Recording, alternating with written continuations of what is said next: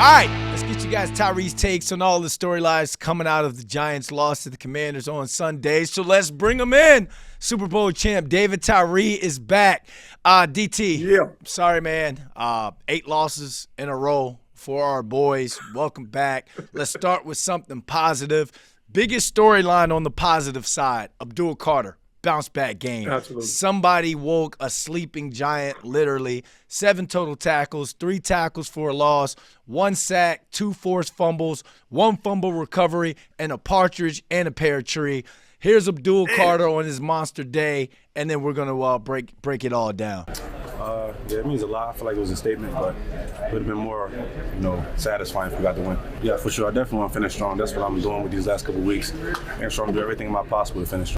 Talking about finishing strong, DT, do you feel like what I said, someone awoke a sleeping Giant and Abdul Carter is going to play his best football for the remainder of the season?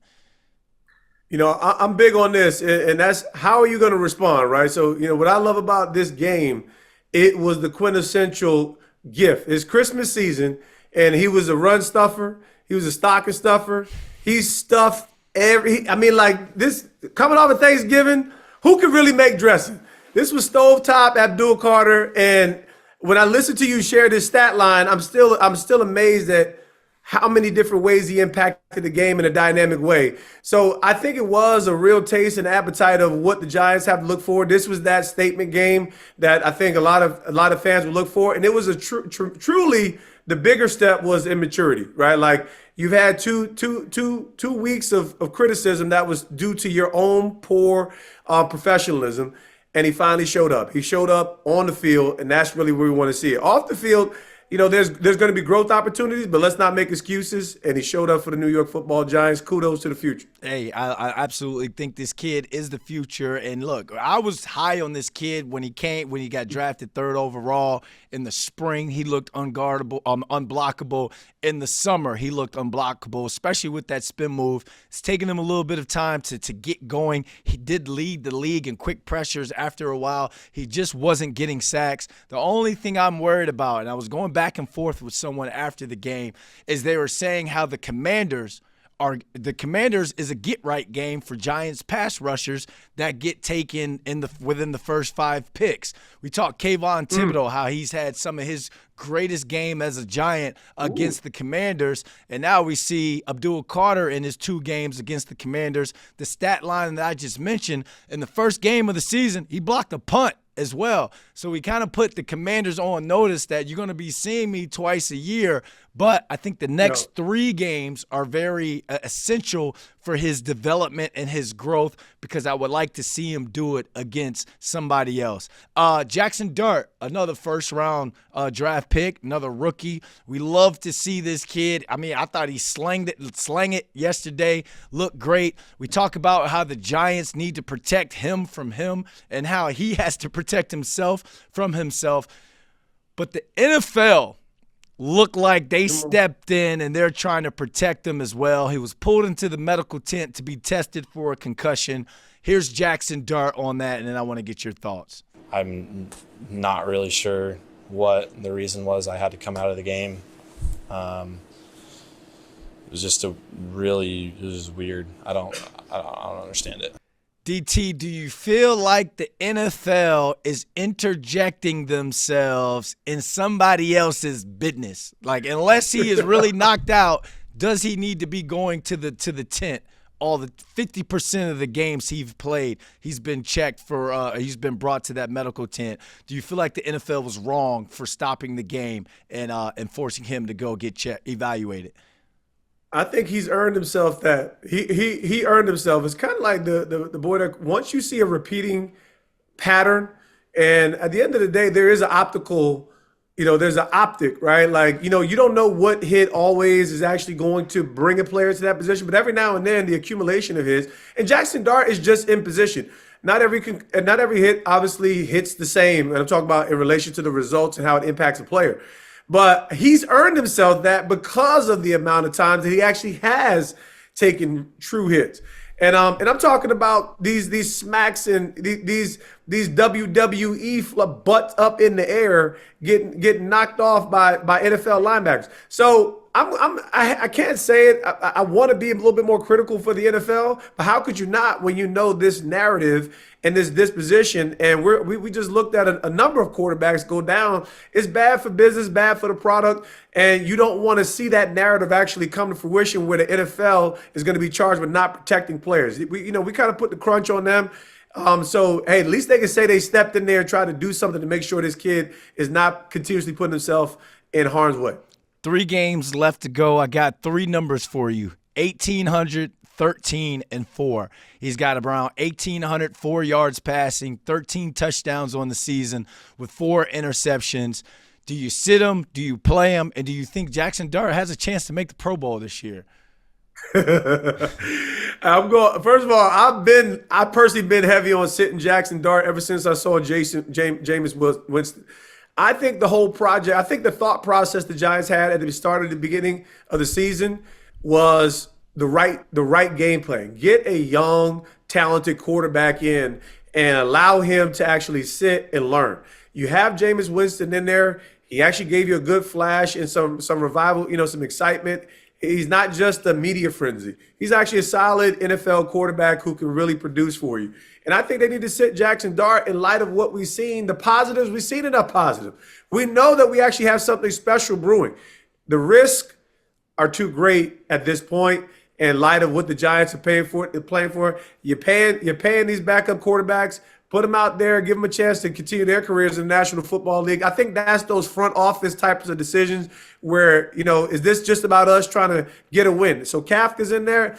You got Shane in there. Hard decisions to make. Sit Jaxson Dart behind down so he can be the future of the franchise. Yeah, everyone's asking or everyone's wondering if he can take a year leap next year like Drake May. Put the boy on bubble wrap, put him on ice, chill him for the rest of the season. Maybe give him a little spot minutes. Let he and Jameis kind of split reps per se. You got nothing to really lose in this situation. I think it will. Like I ask fans all the time, would you rather Jaxson Dart try and go to the Pro Bowl and get injured, or would you rather have him healthy once OTAs start next season so he doesn't miss a beat in the spring? One thing he's been able to do is put up the numbers that I've mentioned without a true number 1 wide receiver. Wan'Dale Robinson having a career year, absolutely love it. But in the offseason, they paid Darius Slayton 3 years, $36 million, with a 12 of that guaranteed and a $9 million signing bonus. Darius Slayton had another huge. He had 2 drops this game. He could have had a 35-yard touchdown to tie it in the third. Here's Darius Slayton on the drop, and then let's break down what is holding this kid back from his greatness. Here's Slay. The long one that kind of slipped through your hands. What happened? Yeah. I tracked as best I could. I tried to run it down. I feel like I did run it down. I got my hands on it, and I just wasn't able to bring it in with the guy coming in with the contact. But had to try to find a way to make those.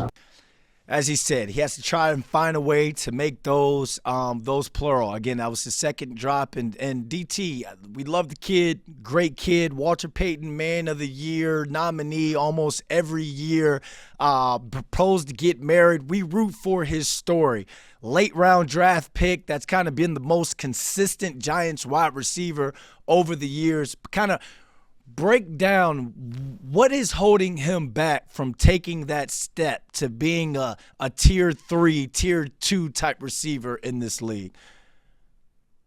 I hate to come to this conclusion, but we're here, right? And I think we're probably on the same lane.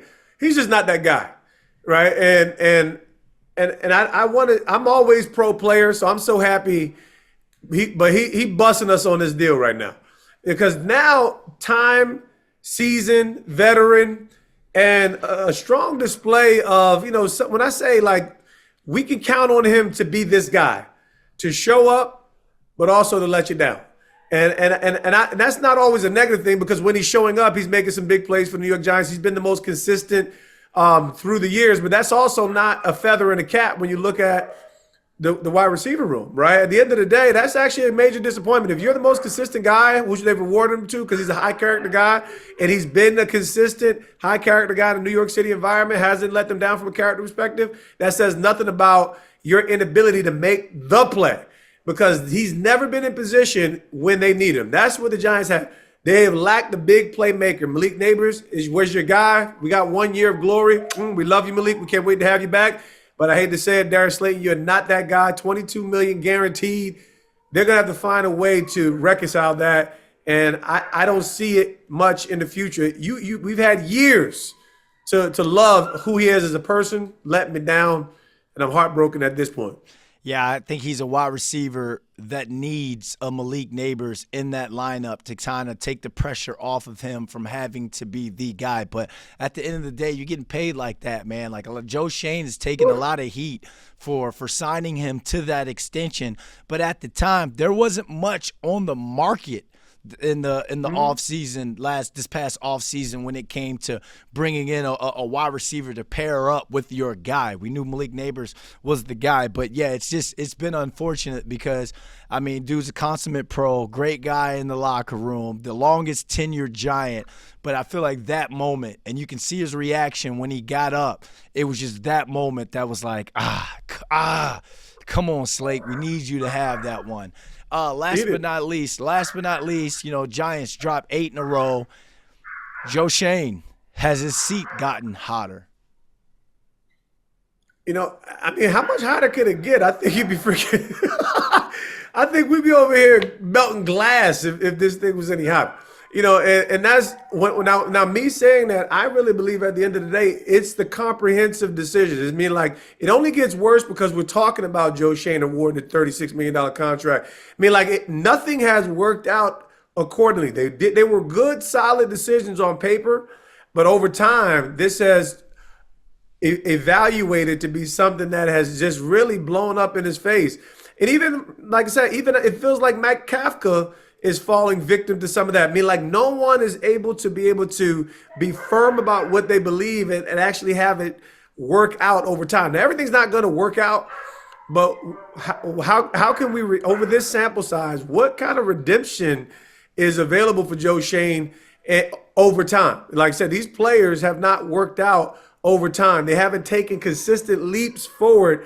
And aside from Brian Burns, I'm a big Brian, like, you know what?